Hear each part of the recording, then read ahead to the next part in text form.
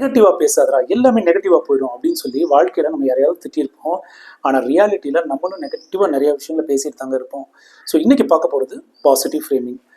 லைஃப்பில் நெகட்டிவ் வார்த்தைகளை அவாய்ட் பண்ணுங்கள். உதாரணமாக, இந்த எக்ஸாமில் நான் ஃபெயில் ஆக மாட்டேன்னு சொல்கிறத தாண்டி இந்த எக்ஸாமில் நான் பாஸ் ஆகிடுவேன், தப்பு பண்ணாமல் கற்றுக்கோன்னு சொல்கிறத விட கரெக்டாக பண்ண கற்றுக்கோ அப்படின்னு சொல்லணும். எங்கெல்லாம் உங்களால் முடியுதோ அங்கெல்லாம் பாசிட்டிவான வார்த்தைகளை யூஸ் பண்ண கற்றுக்குங்க. ஒரு ரியல் இன்சிடென்ட்ஸ் பற்றி சொல்லணும்னு உங்களுக்கு ஆசைப்பட்றேன். ஒரு பெரிய கம்பெனி, அந்த கம்பெனி வந்து ஒரு ப்ராஜெக்ட் அதாவது ஒரு பில்டிங் ப்ராஜெக்ட் பண்ணுறாங்க. அதில் வந்து ஒரு விபத்து இல்லாமல் அந்த ப்ராஜெக்டை கம்ப்ளீட் பண்ணணும்னு நினச்சாங்க. அதுக்கு 0% ஆக்சிடென்ட் ப்ராஜெக்ட்னு வச்சாங்க. அவங்க நினச்ச மாதிரி அந்த பில்டிங்கை கட்டி முடிச்சுட்டாங்க. ஒரு விபத்து கூட நடக்கலை. அவங்க என்ன பண்ணுறாங்கன்னா, இந்த இதை செலிப்ரேட் பண்ணுறதுக்கு கடலில் போய் நடுக்கடலில் வந்து செலிப்ரேட் பண்ணுறாங்க ஷிப்பில். அன்ஃபார்ச்சுனேட்டாக என்ன ஆகுதுன்னா, அந்த என்டையர் க்ரூவும் அந்த ஷிப் உடஞ்சி உள்ள கடலுக்குள்ளே போய் இறந்துடுறாங்க. லேட்டராக வந்து பார்த்தீங்கன்னா, வல்லுநர்கள் வந்து ஆய்வு பண்ணும்போது சொன்ன விஷயம் என்னென்னா, இன்ஸ்டெட் ஆஃப் 0% ஆக்சிடென்ட் மேலே 100% சேஃப் ப்ராஜெக்ட்னு வச்சிருக்கலாம். ஏன்னா ஆக்சிடென்ட் இஸ் அ நெகட்டிவ் விஷயம், சேஃப் அப்படின்றது ஒரு பாசிட்டிவான விஷயம் அப்படின்றத வந்து கன்க்ளூட் பண்ணாங்க.